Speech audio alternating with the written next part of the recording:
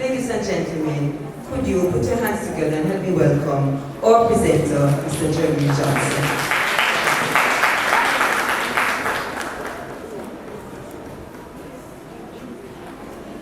Thank you very much, Ms. Brown. Ladies and gentlemen, good afternoon. I'm very honored to have been asked to join you today for your AGM. And I traveled all the way some 65 kilometers from Brownstown to bring you some motivation at Iberostar. And I feel at home already as I see Mr. Williams and Mrs. White and many others who I know. And once again, you could have called in thousands of people. I am not a PhD, but I have a message. And when I came and I heard Dr. this and Dr. that, I said, wow, can I get a wow? Because I've learned that a great speech is like a miniskirt. It must be long enough to cover the subject while short enough to create interest. So I invite you. So bear with me while I get to my miniskirt, shall I? I do understand that this is a research setting, you know, of the most scholarly minds we have in Jamaica. Nonetheless, I like to make my presentations as plain as possible so that persons do not confuse the tenets of my postulation. Miss Lou understands my plight. She talks about the Jamaican man and the Englishman who go into the bushes, something touches the Englishman and he exclaims, what a fancy word, I got stuck by a prickle. And everyone's like, what did he say? Stop, oh, stick. Prickle, prickle, prick. And by the time they have figured out the meaning of his words, they would have missed everything which occurred in the interim. But when the Jamaican experienced the very same phenomenon, he simply shouted, Maka joke me! And everybody gets the message. Sometimes I'm more like the Maka joke me. I tend to speak properly in the beginning of my presentation, so when I begin to do so, people know that I actually know to do better. So let's get to the meat of the matter. Embracing change. Change can be a challenging thing. Those who are in favor say, it is scary. Yesterday, I came for my presentation. As some miscommunication had me showing up for day one, and they never recognized that I should have been here until day two. I decided that I'm going to wear a very swaggerific suit to come and stand in front of you people in this August month because you're so August yourselves.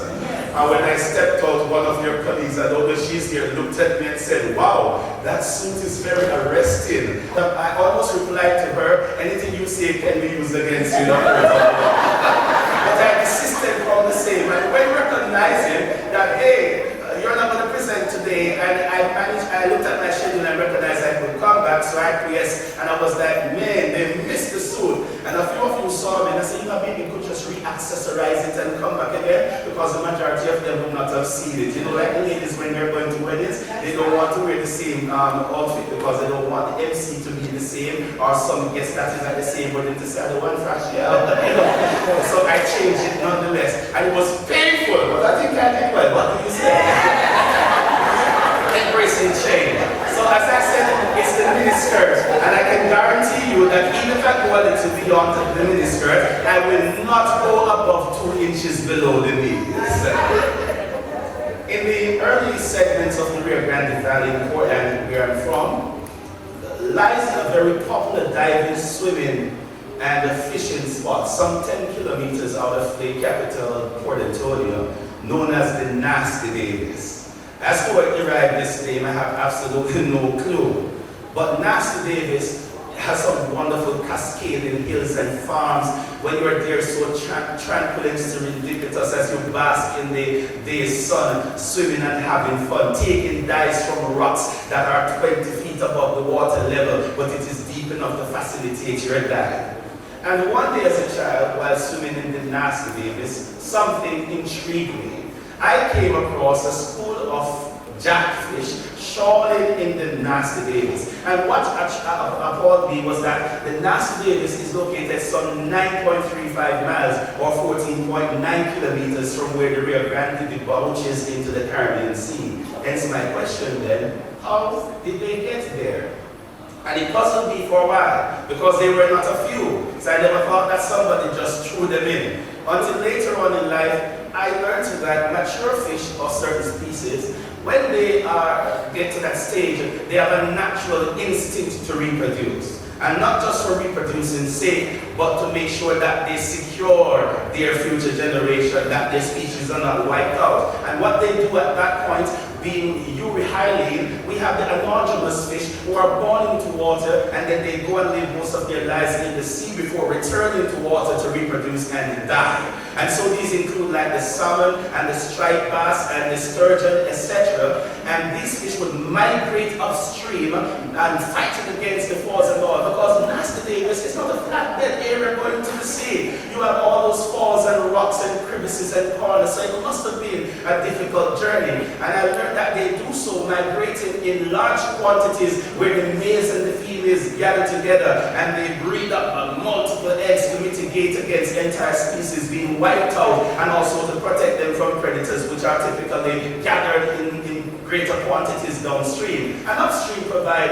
the calmer waters, which is more conducive to embryonic development. So they choose that direction as opposed to downstream where the rapid currents increase the risk of eggs being swept away or exposing their young ones to predators. But the weak fish who cannot handle the journey to go upstream, they simply follow the currents downstream and go with the flow. Hence they might have developed that popular saying, only dead fish go with the flow.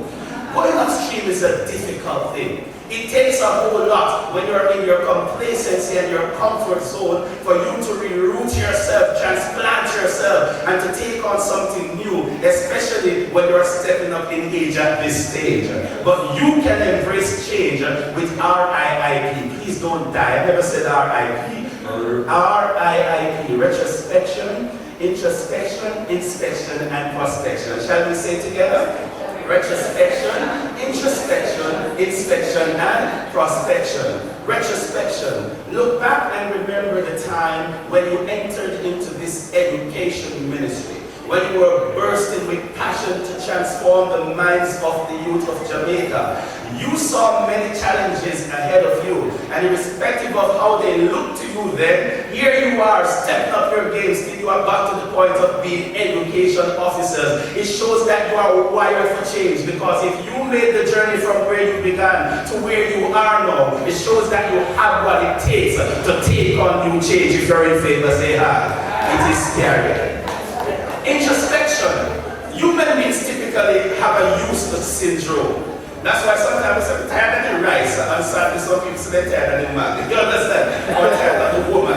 So we like new activities and new zeal and all of that. So even though we might have started off with all that passion and we were all flamed up to burn a fire of success in our field as educators, at some point in time we still need to introspectively motivate ourselves to read purpose and to read passion, so that we do not only make it a fashion. You see, those who do what they do out of a fashion, it is only topological, what is on the outside, but it doesn't go deep inside the heart. But those who are passionate, they keep on going. They have perspicacity, tenacity, audacity, dexterity, and all the other everything with sincerity. Yeah? Introspection allows you to stay in touch with yourself, with your calling, and with your purpose. Because teaching, like preaching and other ministries, they are callings. You know, some persons, Mark, you might have just rounded off college to the nearest degree or what they thought they would like, and at the end of the day, here you are still. And some of us may be complaining about it, but you need to repurpose, because as they say, if you can't make the heat, come out of the kitchen. But if you're determined to remain in the kitchen, cook well. And I believe that you are here because you want to be in the kitchen. So cook well and do the best that you can do. So retrospection, look back, recognizing that you have transcended many obstacles in the past. That is why you have come to this stage of your educational, professional development, and you have the capacity for change. Look within, introspection, and repurpose yourself. Never lose your passion. Never let it go down to simply a fashion, so that you can keep on moving on even when you don't feel like doing it. Inspection. Look about you and appreciate the negative repercussions when we fail to fulfill our mandate as educators. When educators fail, all manner of evils prevail. And therefore, when it comes on to transforming the minds of our children, we definitely have to be willing to inform and to improve the vision through research. Because as the old adage simply say, if we always do what we have always done, then we'll always be where we have always been. And how do young people nowadays respond to those rhetorics? Like dog. So for things to change, things must what? Change. So when those fish wanted to migrate upstream, they knew that there was going to be a challenge. Moving from the various levels of salinities in the sea to the fresh water upstream and scaling over all those rocks and those falls, etc. But because of the fact that they wanted to secure a legacy and to ensure that things are in place for future generations, they sacrifice. When you look about us, if we fail to get education in the back of our children's head and the front and the center and all over, then it directly or inadvertently affect us. Why? Because when they go up there and they fail because we never reach them, then they see you on the street like the young men and they say, well, go on down. Well, I say, uncle, one thing, I say, uncle, but I know some have too much nieces and nephews, they go over serious. And they say something to you, well, I say, G, that is the shortened version for the general. And you know, the general is in charge of everything. And then here comes the big one. Well, I say, real boss, because the boss is there at the end of the month. All the names in the world to suggest that you are responsible to what? Take care of them. Some of the women do it, or simply put, they find a man to take care of them. And as Granny would have taught you, when mother looking right donkey, when you mother looking right ass. So the man goes sweet, he pulls the chairs, he opens up the doors, and as soon as he gets what he wants, and she says, honey, there's a junior on the way, DNA, daddy not available. And the only song she's left to sing, I searched all over, couldn't find no daddy. And then you have a lot of single mothers, doesn't the research show it to you? Yes, and that increases domestic abuse, because many of the women know that they have not found love like Ed Sheeran for me. They know that it's not an ideal situation, but because they have to be sponging on men to take care of them, then they have to take the kick, the lick, and all of that, and still go in bed and make love. We have to make sure that we don't fail. When we look about us, we see the societal ills that come when our children are not properly educated, either by their doing or our own lack of vision to transform the way we do it to make sure that we reach a great number of them. Hello? So retrospection, we must look back, recognizing that you have transcended many obstacles in the past. That's why you are at this level, and therefore you have what it takes to embrace change. Introspection, you must constantly look within and motivate yourself to continue to fulfill the purpose that God has given you as an educator. Inspection, you must look about you and recognize the difficulties and the repercussions if we fail to do our jobs and do them well. Finally, prospection, we must look ahead at the beautiful outcomes if we remain research-driven to inform and to improve the vision. Change can be had if you focus on the 3 C's. Touch your neighbor and say 3 C's. What? Conceptualization, compromisation, and capitalization. If you can remember people business, you can remember that. Shall we say it together? Conceptualization, compromisation, and what? Capitalization. As William Pollard rightly informs us that without change, there is no incentive for improvement, creativity, and innovation. And those who initiate change will be in a better position and have a greater opportunity to manage the change that is inevitable. Times are changing, and the way our children learn is also changing, and as a result of that, educators must also change. Your message, your aim, your objectives may be the same, but the methodologies must be compromised to make sure that the vision is realized. Those who are in favor say aye. It is scary. And finally, capitalization. With all the fancy research and the passion that you have on the inside to say, I'm going to make a difference. If you don't make the move or capitalize on the moment, it will never happen. For as world-renowned automotive pioneer Henry Ford rightly observes, vision without execution is hallucination. You must look ahead, prospection, recognizing that when you do your jobs well, Jamaica is going to be a better place. And you want it to be a better place, and I'll tell you why in a moment. So you have to keep on burning and yearning as you grow. Adapt to the changes, adapt to the challenges, because you must work hard to make things better.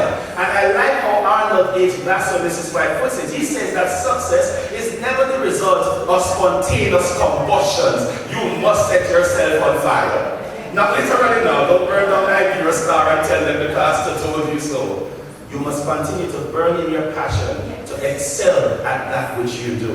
Conceptualization, new ideas to fulfill the vision. Compromisation, give and take with the conventions and the contemporary to ensure that we come up with the new paradigms that will help us to fulfill the goal. And finally, what's lastly? Capitalization. If you don't make the move, you will not improve.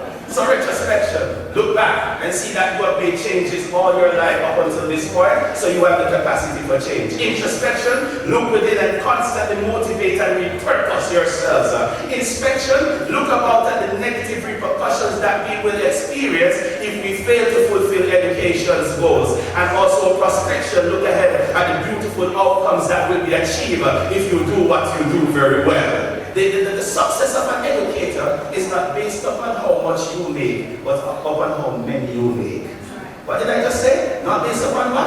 How much you make, but on how many you make. How much you make determines an awesome lot, but how many you make is more important. How much you make determines what type of vehicle you drive, whether the vehicle goes peep or pom pom pom pom, you know the different types by the answer. It decides whether you are living in a rented house or your mortgage or when you're building another one for Airbnb. It determines whether your lunch is Sunday, Monday, or Monday for Monday and Tuesday for Tuesday and Wednesday for Wednesday. It determines whether you return to the new school year in the old wardrobe or you come back fresh from lords and ladies and house of styles and all the international shopping spree that you went on. It determines whether you look like Granny or you can put on once a while ladies a nice little bit on shade of black pencil dress contrasted with a pair of 6-inch future pink stilettos complemented with a leather bag and a Chanel club when you're going to visit the schools you supervise. And of course, you can't look at the smell, but no, they don't wear Christmas anymore. That's sent by this Yorkie,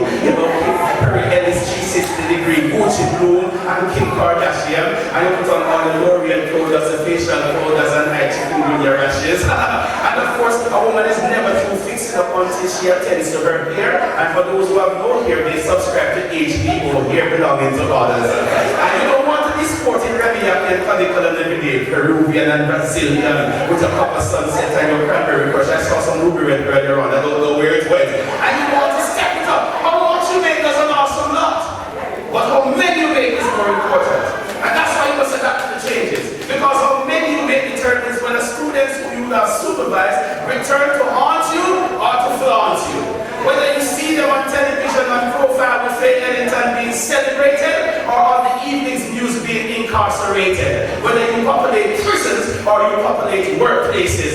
Whether Jamaica gets better or it goes down. Whether you can retire in peace or retire in pieces because they come back to scam you, to jam you, to kill you, to rob you, and to take away your hard-earned legacy. The success of educators is not based on how much you make, but on how many you make. And even though you must make much, yes you must try even more to make many. Why did the fish head upstream that I saw there? Because they wanted to reproduce and to make sure that the legacy continues, to make sure that future generations are secure. You must give up your best, that when you have died, you would have left a legacy. And that is why you must embrace change through the 3 C's. Conceptualize, come up with new ideas. You must what? Compromise, give and take. And you must what? Capitalize, seize the moment. And you must have the RIIP. What's the R? Retrospection. Look back and appreciate the journey you have taken before to show that you have the capacity for change. Introspection. Look within and constantly empower and encourage yourself to do well. Inspection. Look about you and recognize that where educators fail, all manner of evils prevail. And prospection. Look ahead at the beautiful results that you shall embrace, that you shall enjoy, and that you shall witness when you do your jobs well. For you reap what you sow, more than you sow, and later than you sow. You cannot look at anything now. Put it down. This is assessment time. This is our results. 3 C's. Conceptualize, compromise, and capitalize. I think she got a straight A profile there. Can she keep it up with the RIIP?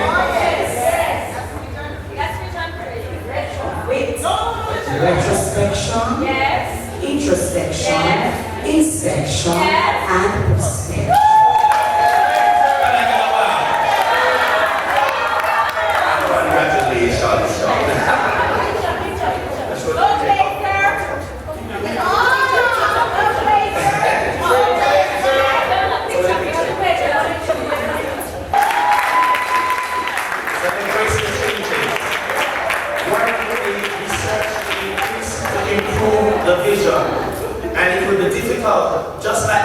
challenging journey for those fish to migrate upstream, but they do it for a worthy cause. So embrace your changes with retrospection, introspection, inspection, and prospection. I think the mini skirt is completed. Drop mic.